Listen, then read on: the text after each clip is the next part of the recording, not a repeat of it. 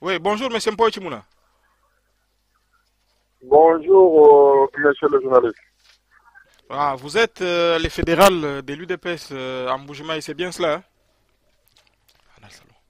Je suis le secrétaire fédéral de l'UDPS, la Fédération de Mbujimai, chargé de la communication, mobilisation et propagande depuis l'année 2010, le jour où il y a eu l'année qui a été organisé le premier congrès. Jusqu'alors, j'assume ces fonctions qui me sont assignées par le président du parti.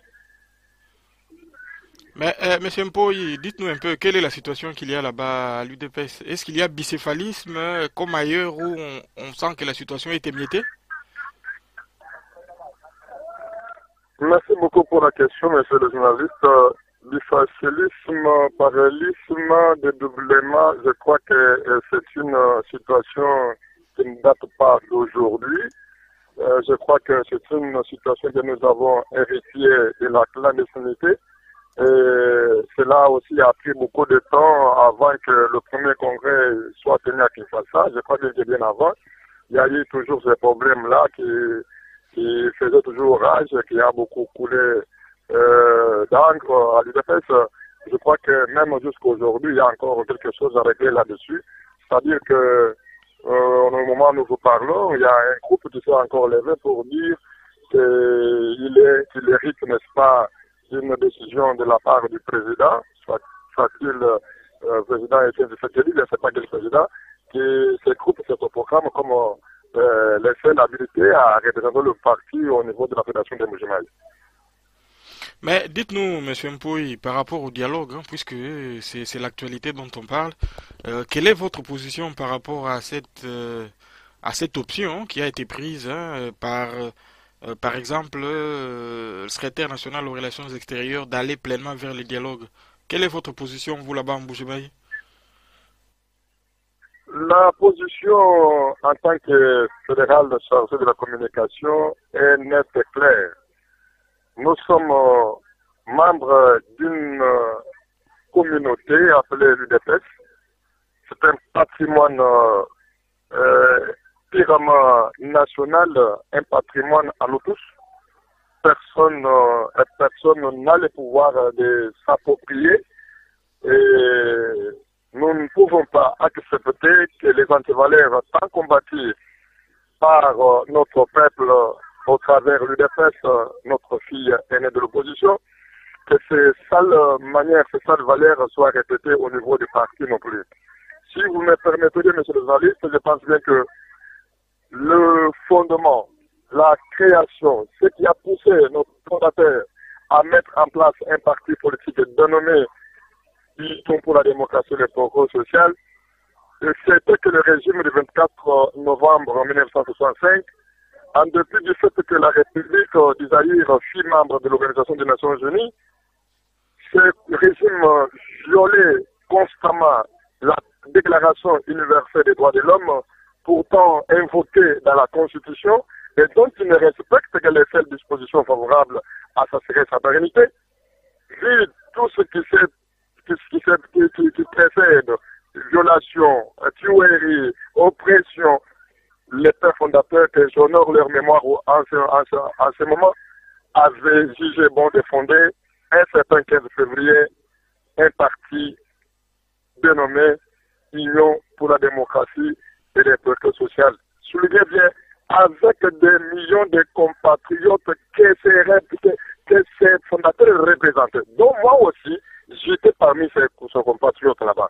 Donc c'est ainsi que, débattant, donc décrier les contemporains, n'est-ce pas, de l'ancien régime, nous ne pouvons pas accepter aujourd'hui qu'un certain groupe de gens se proclament comme les seuls ayant, n'est-ce pas, droit à parler et à prendre des positions en lieu et place du parti, en lieu et place de la volonté du peuple souverain premier. Donc, notre position est claire. La proposition faite par M. Chilombo ne fait qu'engager lui-même Chilombo, car jusque-là, nous attendons l'arrivée, le retour du président au pays.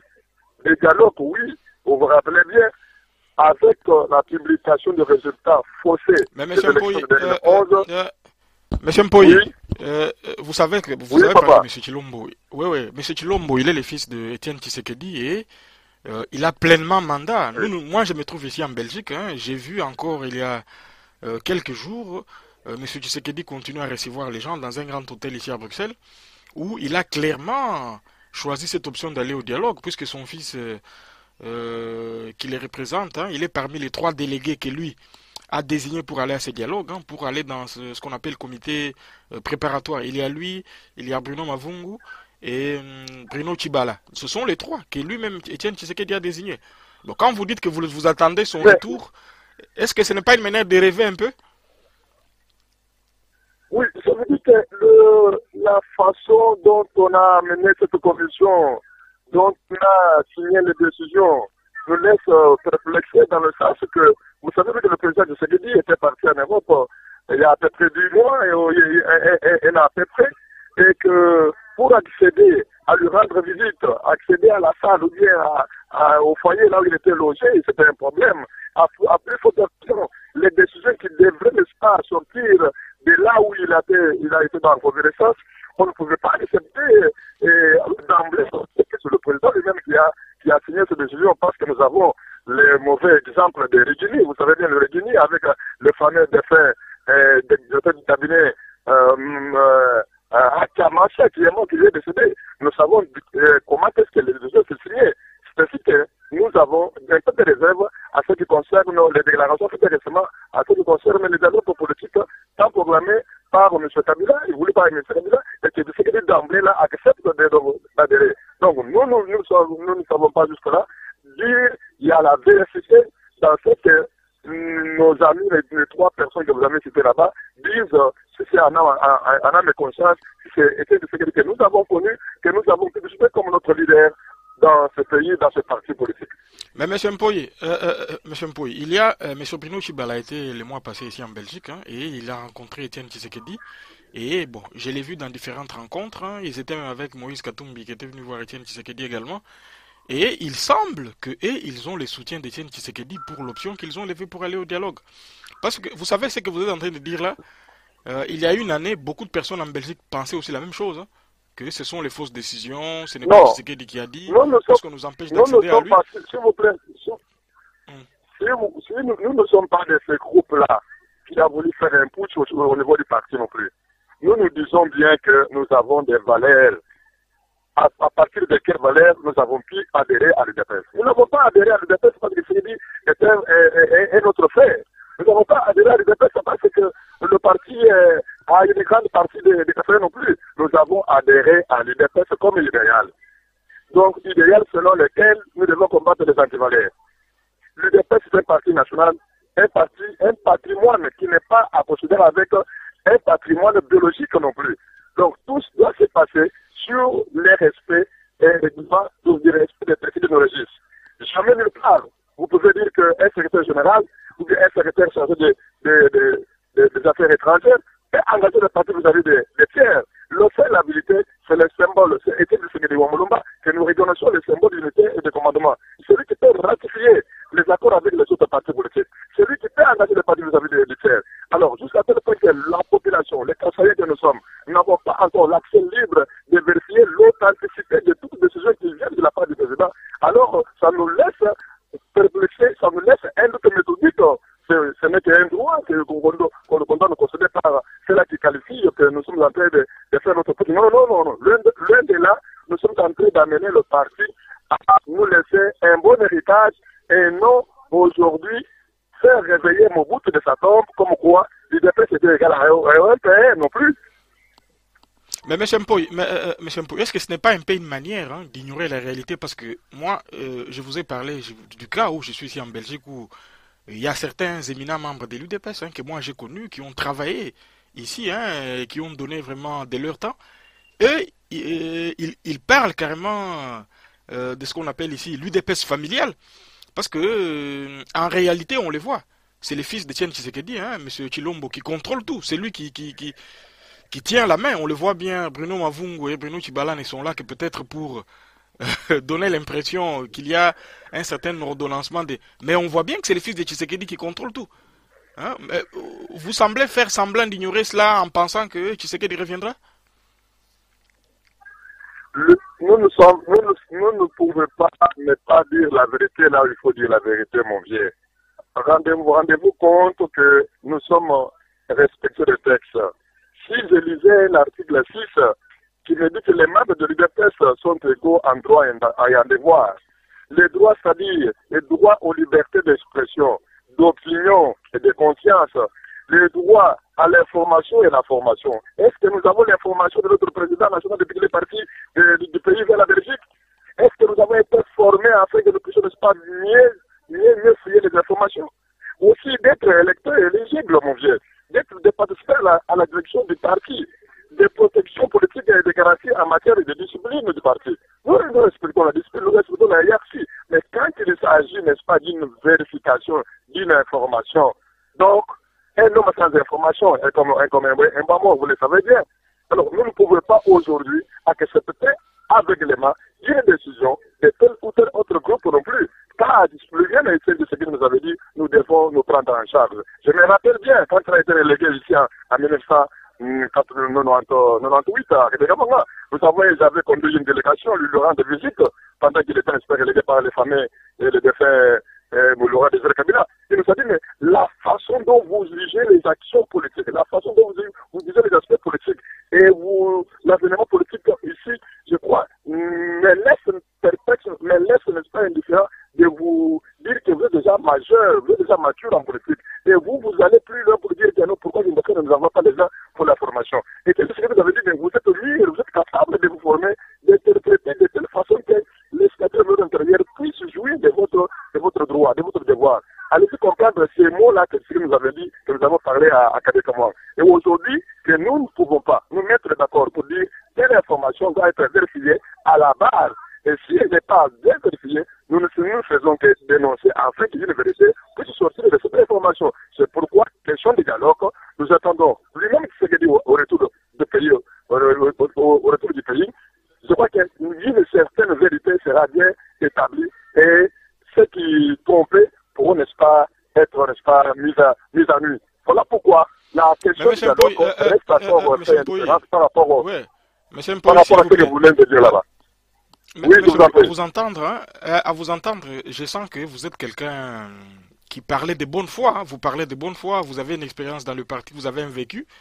Mais peut-être que toute l'information qu'il y a ici en Belgique, elle n'arrive pas là où vous êtes.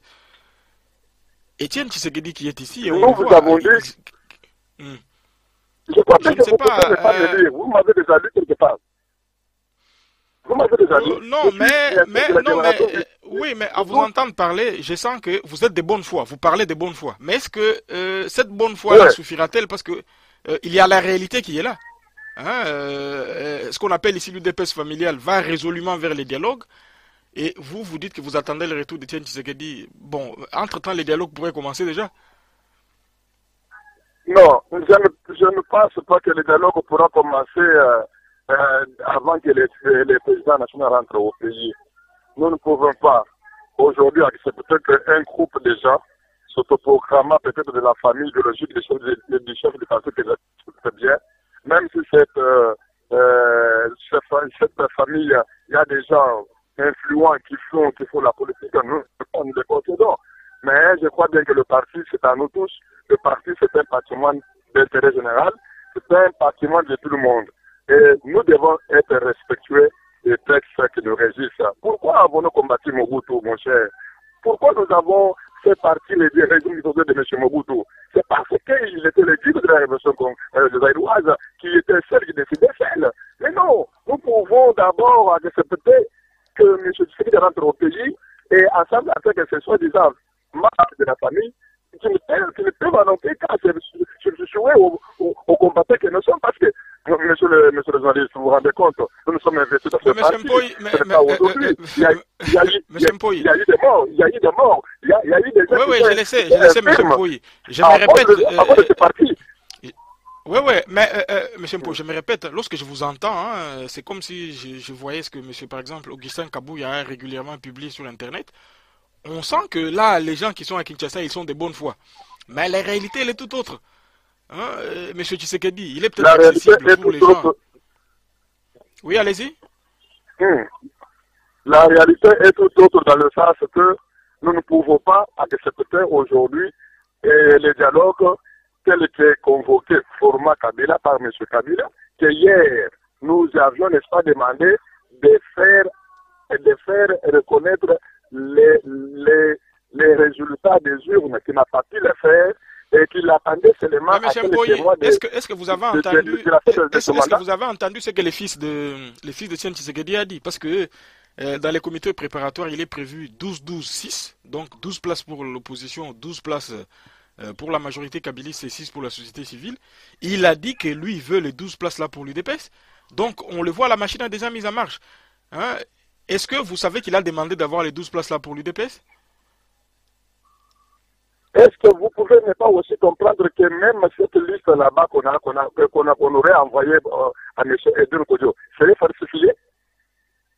Les gens qui devaient aller voir M. Mpoy, oui, je comprends. Donc, vous continuez à croire que ce sont des faux documents qu'on remet à Edem Kodjo au nom de Tiens Tshisekedi, c'est bien cela, hein?